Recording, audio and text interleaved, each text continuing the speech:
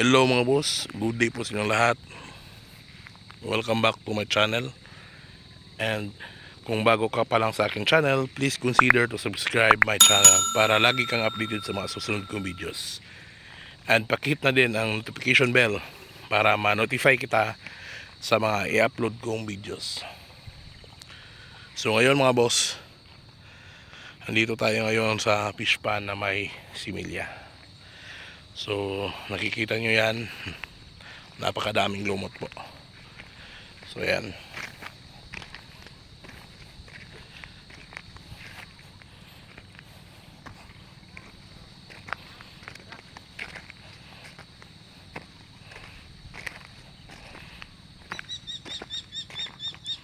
So yan mga boss, kikita nyo, napakadaming lumot. Yan.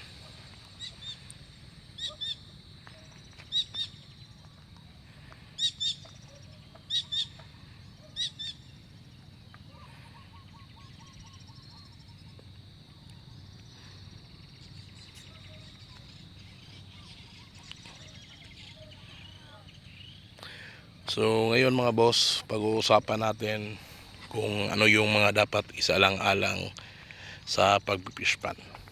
So unang-una mga boss, para sa akin po, so dapat po nating isalang-alang ang ating similya. So ang ating similya ay dapat quality. So yun po ang ating unang i-prioritize, na dapat po ang ating similya ay maganda yung quality, especially sa banami. So dapat po wala po itong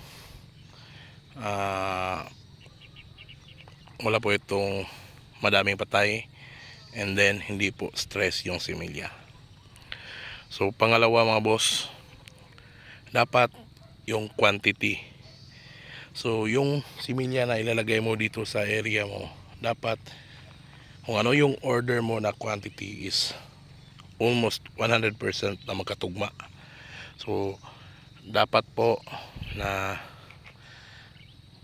may sistema kayo na ginagawa para malaman nyo na yung similya na inilagay nyo sa inyong fund ay kompleto, or kung hindi man kompleto, at least almost 100% po ang inyong similya na nilagay po dito sa fish pond. And pangalawa mga boss, pangatlo mga boss, ay dapat po na ma-maximize nyo yung area ninyo.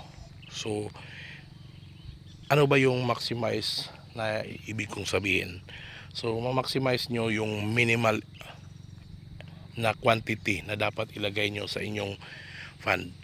So dapat po na yung nilagay nyo na similya sa inyong fund ay hindi po overstocking. So kung example, may paddle wheel po kayo sa inyong fund, so pwede kayong magdagdag ng quantity sa inyong fund.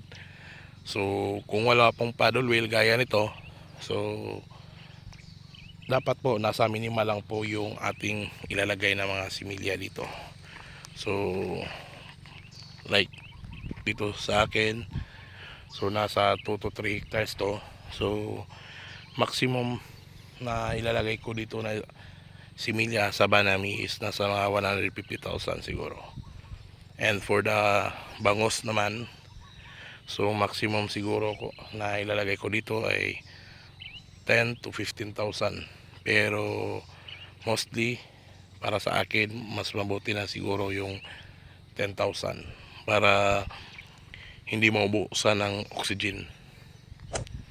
So napaka-importante po sa pagpa-fund na alam nyo po yung oxygen level sa inyong fund. So alam nyo yung quantity na dapat yung ilagay dito, para yung quantity na pang dito sa area na to is malagay nyo ng tama. Kung baga po yung qualified volume po sa inyong pond, yun po yung susundin nyo. So hindi lang po tayo nagbe-base sa area, kundi nagbe-base in tayo sa volume. Kasi example dyan po, so mababaw lang po dyan, so hindi mo yan makonsider as 1 cubic. Kasi example nasa 0.5 meters lang ang lalim yan, so magbe-base din po tayo sa volume. Doon mo i-convert sa yung quantity. So yan po. And pang-apat po na dapat po na isalang-alang po natin ay yung pagpapalit po ng tubig. So dapat po kung may mataas na tubig at kayang pumasok sa area nyo, dapat po palitan nyo ang tubig sa fan para naman makapag sila ng fresh water again. So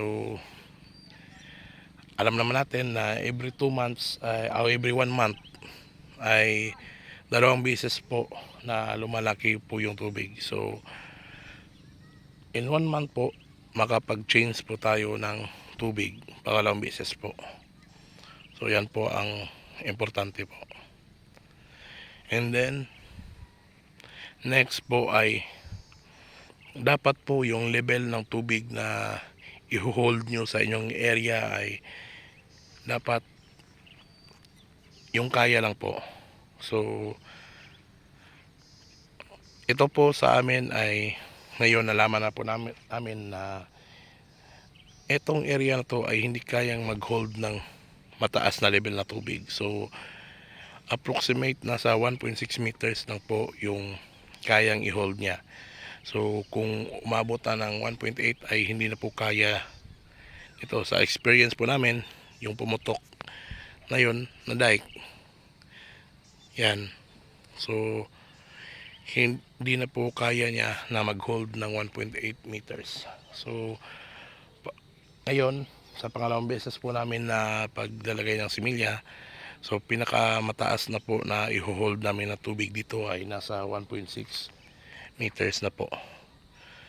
So kung mag-hold man kami ng 1.7, in the following day mag-out na din kami. Hindi po namin i-hold ng long term kasi ang dike po ang bibigay. So yun po yung isa sa mga dapat po na binabantayan po namin dito. And for the last po ay tinitingnan po namin yung temperature. So kung sobrang mainit po at kung kaya po sa area na magpapasok ng tubig, so pinapapasok po namin ang tubig, especially kung mainit. So yun yung mga importanteng bagay na aming ginagawa sa pag-fish pan po. So yun po ang mga dapat isaalang-alang sa pag-fish pan. So yun lang siguro mga boss. And by the way, kung bago ka pa lang sa aking channel, please consider to subscribe para lagi kang updated sa mga susunod kong videos. And pakihit na din ang notification bell para ma-notify kita kung may mga bago akong videos na i-upload. And thank you so much mga boss sa panonood, and God bless inyo lahat, and bye bye po.